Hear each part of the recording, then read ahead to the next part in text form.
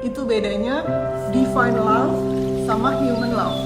Kalau divine love yang kita ngerti di Sedona Method ini, itu bukan cinta yang bukan kebutuhan.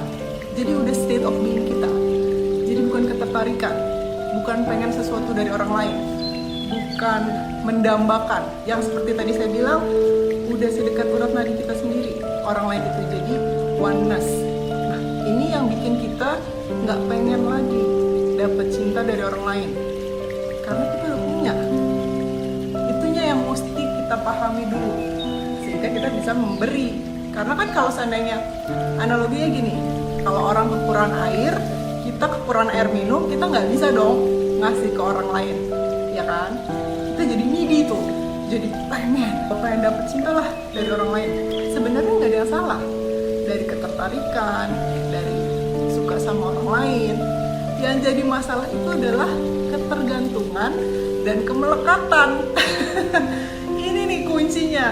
Karena ketika kita udah tergantung sama orang lain, melekat sama orang lain, kita jadi muncul akhirnya kebencian. Karena kok nggak adil sih? Saya udah ngasih semua yang saya bisa. Ini nggak cuma pasangan ya, bisa orang tua, bisa ke anak, bisa ke teman, bisa ke teman kerja, bisa ke siapapun.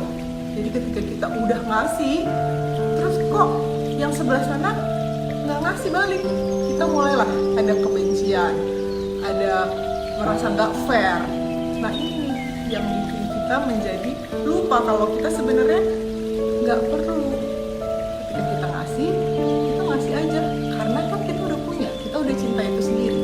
Jadi kita nggak apa-apa, kasih aja, udah kelebihan juga, udah punya kita juga, right? Dan yang pasti adalah orang lain pun punya cinta yang sama dengan kita, sehingga akhirnya terjadilah yang kita sebut mutual relationship. Jadi saling menghormati, mutual respect, saling menghormati, saling sayang. Itu yang menjadikan sebuah relationship itu sehat.